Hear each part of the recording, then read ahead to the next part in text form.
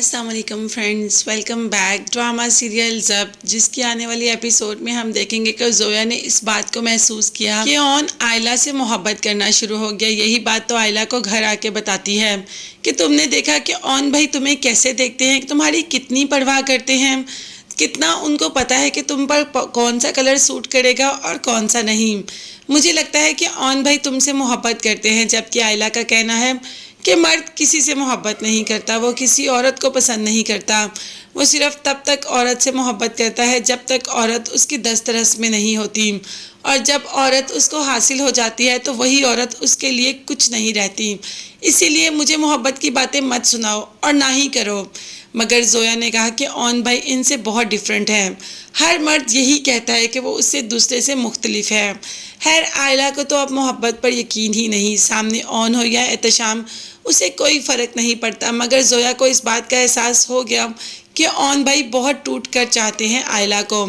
ویسے اگر اون اتنا ہی ٹوٹ کر چاہتا تھا آئلہ کو تو بی جان کو کیوں آئلہ کا رشتہ کرنے دیا، بی جان کو اس بات کے لیے کیوں نہیں منایا؟ حالانکہ بی جان تو جانتی تھی کہ اون آئلہ سے محبت کرتا ہے، تو کیوں نہیں اس بات کا اظہار کیا کہ میری شادی ہی آئلہ سے کر دیں، باہر رشتے ڈھونڈنے کی کیا ضرورت ہے؟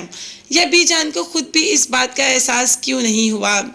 ابھی تو اون بی جان سے کافی ناراض ہو جاتا ہے جب اسے یہ پتہ چلتا ہے کہ اس کی ماں یہاں آ رہی ہے۔ بی جان بہت خوش ہے مگر اون بالکل بھی خوش نہیں۔ اب اون ایسی باتیں سنا کر بی جان کو جاتا ہے کہ بی جان تو رونا شروع کر دیتی ہیں۔ آئلہ بی جان کے آنسو صاف کرتی ہے اور کہتی ہے کہ میں اون کو سمجھاؤں گی۔ بھئی آئلہ اون کو کیا سمجھا سکتی ہے؟ ویسے اگر دیکھا جائے تو صرف آئلہ ہی ہے جو اون کو سمجھا سکتی ہے۔ تو آئلہ نے اون سے کہا کہ تمہیں کسی کی فیلنگ کا بالکل بھی احساس نہیں، جس پر اون نے کہا کہ اچھا تمہیں میری فیلنگ کا احساس ہے، تمہیں نظر آتا ہے کہ میں کیا فیل کرتا ہوں یا میں کیا کہنا چاہتا ہوں، تمہیں ہر چیز کا پتہ ہے مگر تم احساس نہیں کرتی، تو میں دوسروں کا احساس کیوں کروں؟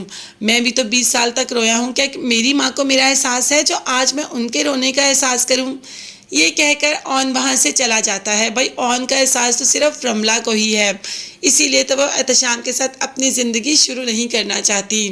اس بار تو اچھا خاصا پپھو نے بھی ڈانٹ دیا کہ تم نے کیوں ایسی حرکت کی، جبکہ رملہ کسی کی بات سننے کو تیار ہی نہیں۔ ثاقب نے تو اپنی بیوی سے کہہ دیا کہ احتشام کو بلاؤ، اسے کہو اس مصیبت کو جس کو اس کے گلے میں تم نے باندھا ہے، اس کے ساتھ نکاح تو کر لیا، اب رخصتی کرے اور اس کو سنبھالے، اس کو اپنے قابو میں مت کرے، یہ ہمارے قابو میں آنے والی بالکل بھی نہیں۔ اب دیکھتے ہیں کہ جو میڈم اتنی تیز ترار تھی اپنے بیٹے کے لیے ایسی لڑکی کیسی چن لی، اور اگر چن لی تو کیا واقعی احتشام اس کے ساتھ اپنی ساری زندگی گزار لے گا؟ یہ سب دیکھنے اور جاننے کے لیے چینل کو لازمی سبسکرائب کیجیے گا، بیل آئیکن بھی پریس کریں تاکہ ہر ویڈیو آپ تک بآسانی پہنچ سکے۔ نیکسٹ ویڈیوز تک کے لیے اللہ حافظ، بائے بائے اینڈ